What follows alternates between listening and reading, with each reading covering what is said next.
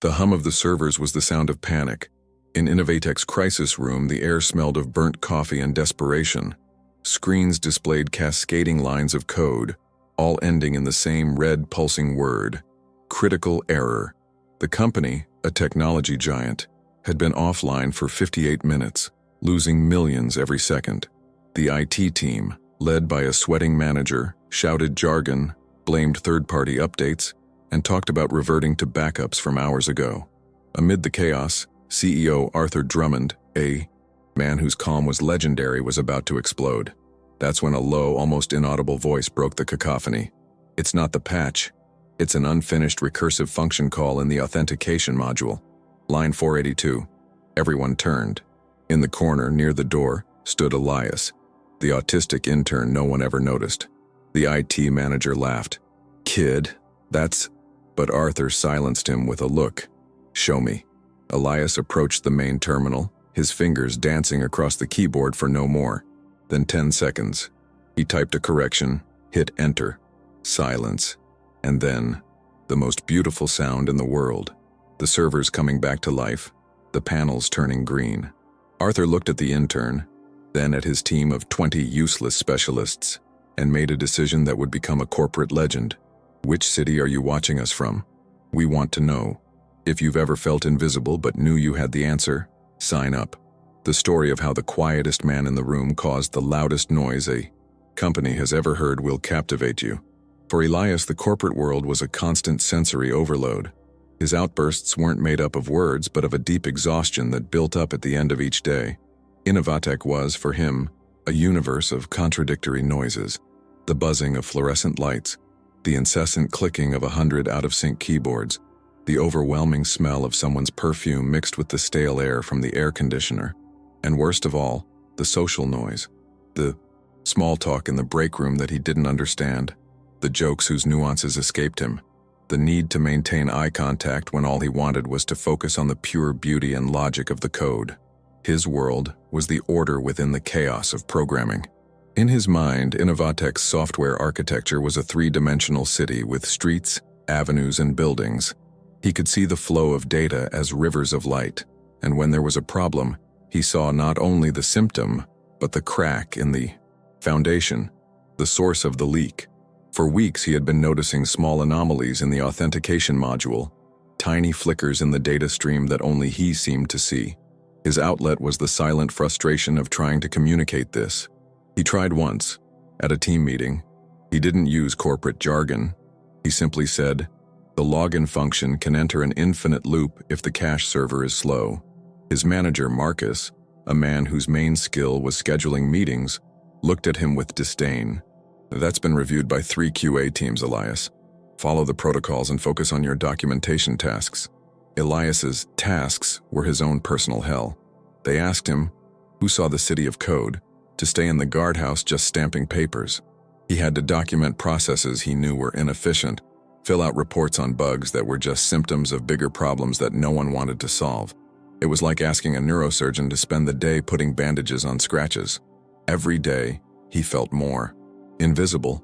People walked past his desk and saw only the weird intern, the quiet kid who didn't go to happy hour.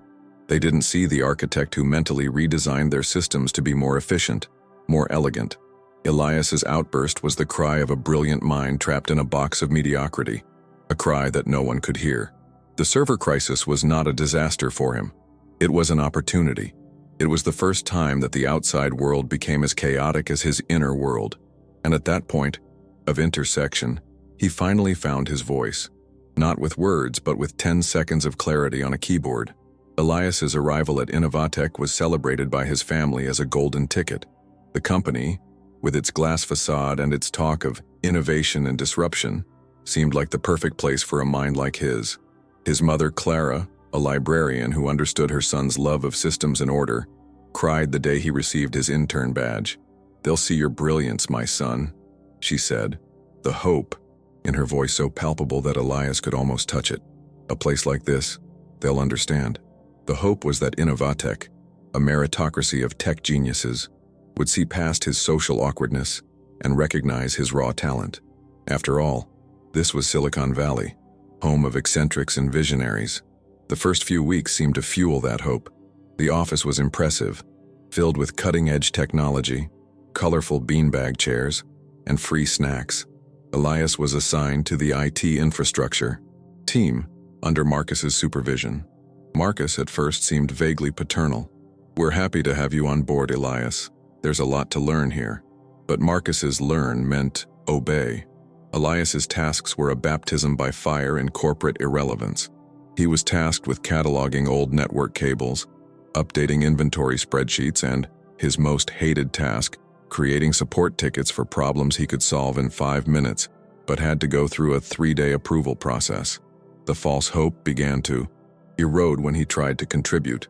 During a brainstorming session, which Elias saw as an hour of people interrupting each other, he suggested a way to optimize the backup algorithm that would save hours of overnight processing.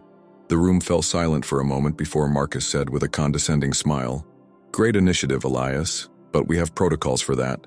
We don't want to reinvent the wheel, right?" But their wheel was square, and everyone seemed content to drag it through the mud. His mother's hope, that they would understand, died completely the day he solved a network problem that was affecting an entire floor. He traced the problem to a misconfigured switch in a server closet. Instead of opening a ticket, he simply corrected the configuration. The network came back up immediately. Instead of a thank you, he received a formal warning from Marcus for acting outside of procedure and making unauthorized changes to the infrastructure. That's when Elias understood.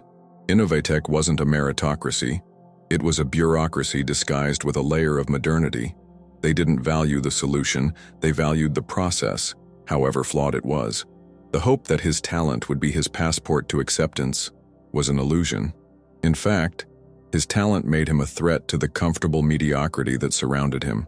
The golden ticket was not to a world of innovation, but to a factory where he would tighten the same screws as everyone else, even though he knew the machine. Design was fundamentally flawed. The conflict at Innovatech was not a simple dispute between a brilliant intern and an incompetent manager. It was a clash of civilizations, a silent war between two fundamentally opposed value systems, personified in Elias and Marcus. Marcus was not a stupid man, but his intelligence was entirely political and procedural. He built his career not by writing brilliant code, but by obtaining certifications, managing budgets, and navigating the complex corporate hierarchy. His value to the company was not in his ability to solve problems, but in his ability to manage problems. He was a master at creating flowcharts, leading meetings that went nowhere, and writing post-mortem reports that skillfully distributed blame without ever landing on his own team. He saw the IT department not as a center of solutions, but as a fiefdom that gave him power and security. Elias was the antidote to everything Marcus stood for. Elias's mind ignored hierarchy, politics, processes. It went straight to the logical root of the problem. He was an anarchist of efficiency in a bureaucratic regime. When Elias suggested a simple, straightforward solution, he wasn't just offering an idea. He was unwittingly exposing the futility of the entire house of cards Marcus had built. If a problem could be solved by an intern in 5 minutes, what was the justification for a team of 20 people, change committees, and a 3-day approval process? Marcus's insecurity was the driving force behind the conflict. He couldn't compete with Elias on a technical level, so he shifted the battlefield to where he was strongest: the process. By reprimanding Elias for solving the network problem, he wasn't punishing initiative. He was reaffirming his authority and the primacy of his rules. Following protocol was his shield against obsolescence. He needed problems to be complicated, requiring lengthy investigations and multiple teams, because it was in that artificial complexity that his role as manager found its meaning. The other members of the IT team were, for the most part, colonists in this regime. Some were talented, but they had learned to suppress their efficiency in order to survive. They knew that solving a problem too quickly or too simply could be seen as a threat or as an indication that their work was not as difficult as it seemed. Others were simply mediocre, perfectly happy to hide behind bureaucracy, collecting a generous salary for participating in a play about work. The human conflict was this: the pure, brutal efficiency of Elias versus the self-preservation instinct of an entire corporate ecosystem. Elias saw a broken system and wanted to fix it. Marcus and his team saw the broken system as their home and would do anything to protect it from anyone who tried to fix it. It was logic versus legacy, results versus ritual, and the server crisis was about to force this Cold War to turn hot. The turning point was not a conscious decision. It was a catalytic event. For 58 minutes in the crisis room, the Innovatech universe operated under its normal rules. Marcus was in charge, delegating, asking for reports, talking on conference calls with suppliers. The team followed the crisis manual, trying standard solutions that didn't work. They were trying to cure a heart attack with a Band-Aid. The chaos was just a louder, faster version of the usual bureaucracy. The silent turning point came in the 59th minute.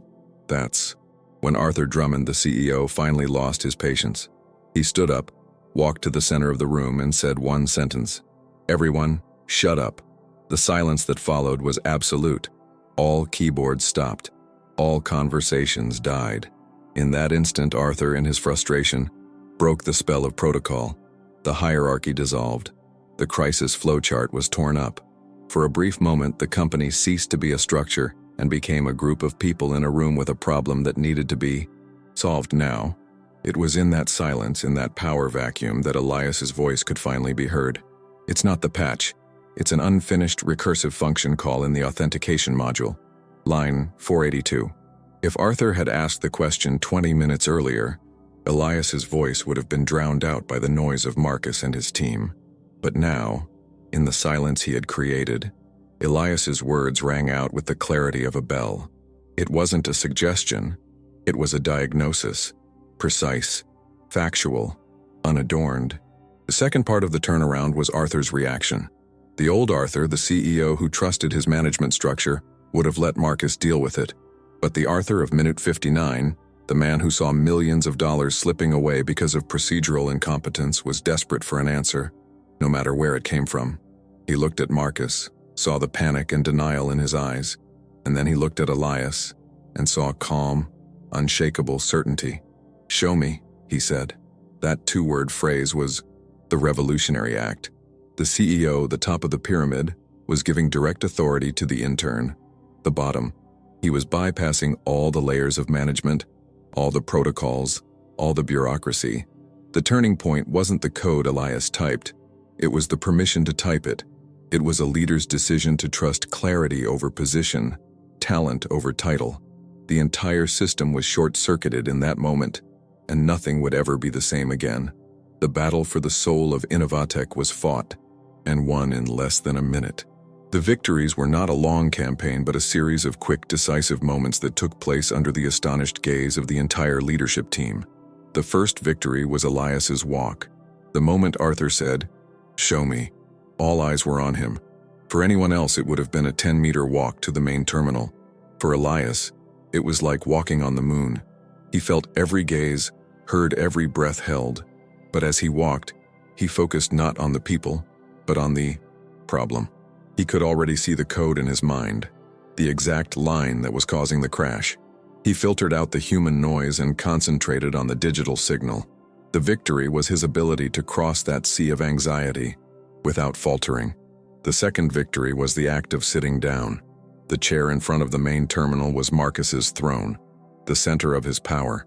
By sitting there, with the CEO's permission, Elias symbolically took control. Marcus stood helplessly, watching an intern take command of his kingdom in crisis. The expression on his face was a mixture of shock, anger, and, for the first time, fear. The hierarchy had not just been circumvented, it had been reversed. The third victory was the typing. Elias's fingers did not hesitate. There was no trial and error. There was no, "Let me try that." It was the precision of a master watchmaker repairing a delicate mechanism. He navigated to the correct file, found line 482, and there it was, exactly as he said. Function. Authenticate user. A recursive call without a stop condition. A rookie mistake that had slipped through all the layers of review and QA because everyone was just following a checklist, not really thinking. He added the missing stop condition. If user.is not authenticated. Simple, elegant, obvious to him. The final, overwhelming victory was the enter. The moment he pressed the key was followed by a second of absolute silence. And then, the miracle. On the screens, the red errors disappeared, replaced by green success logs.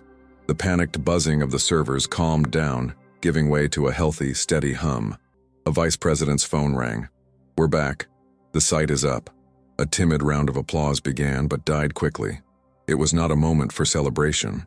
It was a moment of awe. In about 30 seconds, from the walk to the enter key, Elias had achieved what a team of 20 people had failed to do in an hour. He didn't just fix the system. He shattered the illusion that the complexity of the process was necessary. He proved irrefutably that their wheel wasn't just square, it was unnecessary. And that was the greatest victory of all. When the dust settled and the adrenaline of the crisis wore off, Arthur Drummond felt no relief. He felt a deep nausea. He dismissed everyone from the crisis room except Elias, whom he simply asked to wait. He returned to his office on the top floor, with its glass walls and panoramic view of the city, and felt like a naked king. The sight of Elias fixing the mistake in seconds was not a success story to him. It was a devastating diagnosis of his own failure as a leader. He looked out at the city below, the city he wanted to conquer with his innovative company, and realized that the greatest threat to his empire was not the competition. It was the rot he had allowed to grow from within. His reflection was brutal. He had fallen in love with the metric of growth. He hired hundreds of people, created departments, instituted processes, all in the name of expansion. He built a cathedral of bureaucracy and called it progress. Marcus's IT team was the perfect example. It had 20 people, a budget of millions, and couldn't do what a single intern whose name he didn't even know an hour ago did in seconds. How much did that inefficiency cost? Not just in salaries, but in lost opportunities, in agility, in the very soul of the company he swore to create. He thought of Elias, a quiet boy who had probably been labeled, judged, and underestimated his entire life. And he, Arthur Drummond, had almost made the same mistake. He had seen him in his company for months and never really seen him. How many other Elias were there in his organization? How many brilliant talents were being stifled under the weight of mediocre managers like Marcus, whose main goals were to protect their turf and justify their own existence? The company wasn't just being inefficient, it was actively wasting human potential. The decision to cancel the IT team was not a fit of rage. It was a cold, logical conclusion, the kind of decision he hadn't made in years. It was an act of corporate chemotherapy. He needed to cut out the tumor to save the patient. It wasn't about the 20 specific people. It was about the system they represented, a system that rewarded conformity over competence, process over results. That night, Arthur didn't reflect on the success of resolving the crisis. He reflected on how close he had come to failing completely, not just as CEO but as a visionary. The solution to his most complex problem had been there all along, quietly in the corner of the room, waiting for someone to finally ask the right question. And he, the great leader, had almost missed the chance. From that moment on, his mission changed. It was no longer to build the biggest company, but to build the smartest, leanest, most authentic company. And he knew exactly where to start. The next morning, the atmosphere at Innovatech was strange. The IT team, led by Marcus, expected a mixture of reprimands and eventual recognition for having overcome the crisis. They gathered in the largest meeting room, ready for a long post-mortem analysis session. Marcus already had a 30-slide presentation ready. Arthur Drummond entered the room but did not sit down. He remained standing, his face calm and unreadable. "Good morning. This meeting will be brief," he began, his voice echoing in the silence. "Yesterday, our company experienced a critical failure, a system failure, and more importantly, a cultural failure. For an hour, 20 of our highest-paid experts were unable to identify a problem that one of our interns solved in 10 seconds. He paused, letting the weight of those words sink in. "This has shown me that we don't have a technology problem. We have a structure problem. Our approach has become a barrier to talent, not a facilitator. Therefore, effective immediately, the IT infrastructure department as we know it is dissolved." A collective gasp rippled through the room. Shock, disbelief. "All of you will be reassigned to a transition team and evaluated based on your actual technical skills, not your job titles." Some of you will find new roles here. Others, we will conclude, no longer align with the agile, results-based direction we are taking. It was a corporate massacre, executed with surgical precision. But the real closure, the real hope, wasn't in that room. It was in Arthur's office a few minutes later. He had called Elias in. The young man entered uncertain, perhaps expecting a formal thank you or a modest bonus. Arthur motioned for him to sit down. "Elias," Arthur said, leaning forward, "I made a mistake. I built a system that almost made you invisible. I don't want to make that mistake again." He didn't offer Elias Marcus's job. He offered him something much bigger. "I don't want you to fit into my structure. I want you to build a new one. A small, agile team made up of the smartest people, not the most experienced in corporate politics. A team where the only hierarchy is logic, and the only goal is the best solution. If you had unlimited resources and complete autonomy to build the most efficient technology department in the world, where would you start?" For the first time, Elias looked directly into the CEO's eyes, effortlessly. The noise in his head calmed down. The three-dimensional city of code in his mind began to transform, new structures emerging. And with a clear, firm voice free of the hesitation that had haunted him, he began to describe it. He talked about systems architecture, about automation, about eliminating redundant processes. He was no longer just fixing a line of code. He was redesigning the future of the company. And Arthur Drummond, the powerful CEO, just listened, learning from the intern who, in one day, saved his company, and in the process, reminded him of what it really meant to innovate. In a world that values noise, true power often lies in the silence of competence. The brightest minds don't shout for attention. They wait for the problem that only they can solve. If this story about hidden talent and real change has inspired you, show your support. Like it, comment on a time when you saw talent finally recognized, and sign up so you don't miss any of our stories. Share it. Someone in a big company may be feeling invisible today and needs to be reminded that a single moment of clarity can change everything.